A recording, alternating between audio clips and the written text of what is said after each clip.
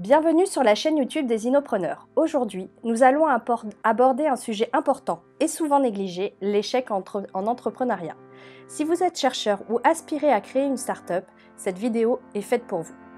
Nous allons explorer comment transformer l'échec en une opportunité d'apprentissage et de croissance. Partie 1. Comprendre l'échec en entrepreneuriat. L'échec en entrepreneuriat fait partie des risques majeurs et cela vaut aussi pour les startups issues de la recherche publique. Il peut se manifester sous de nombreuses formes telles que des difficultés financières, le manque de traction commerciale qui peuvent mener jusqu'à même la fermeture de l'entreprise. La première étape pour surmonter l'échec quel qu'il soit est de le comprendre. Il ne s'agit pas d'une fin en soi, mais plutôt d'une étape dans le parcours entrepreneurial. Partie 2. Apprendre de l'échec.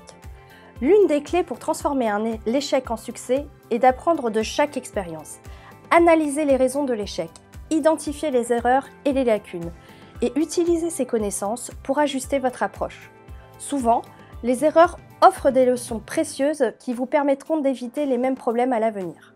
Partie 3. La résilience.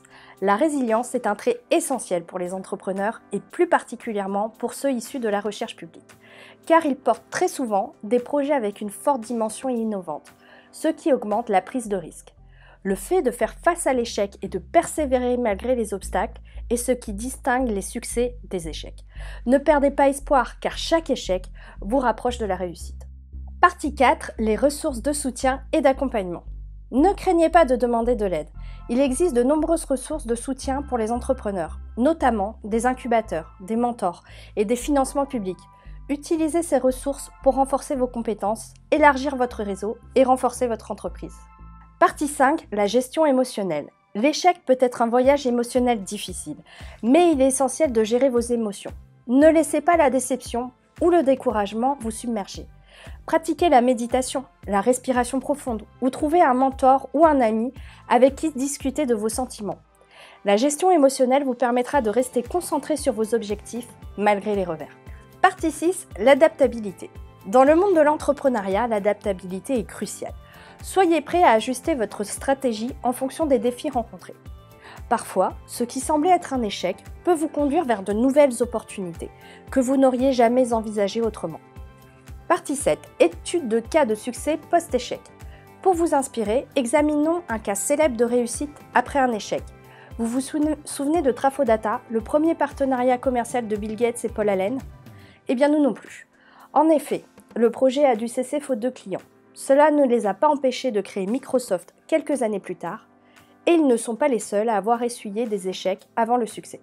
En fin de compte, l'échec en entrepreneuriat issu de la recherche publique ne signifie pas la fin de votre rêve. C'est une étape sur le chemin du succès. Gardez à l'esprit que de nombreux entrepreneurs renommés ont connu des échecs avant de réussir. Restez résilient, apprenez de vos erreurs, restez adaptatif et gérez vos émotions pour maximiser vos chances de succès. Vous avez le potentiel pour réaliser des découvertes exceptionnelles et transformer le monde grâce à votre entreprise. Nous espérons que cette vidéo vous a fourni des informations précieuses sur la manière de faire face à l'échec en entrepreneuriat issu de la recherche publique. Si vous avez des questions ou des expériences à partager, n'hésitez pas à le faire dans les commentaires. Merci de nous avoir suivis et à la prochaine.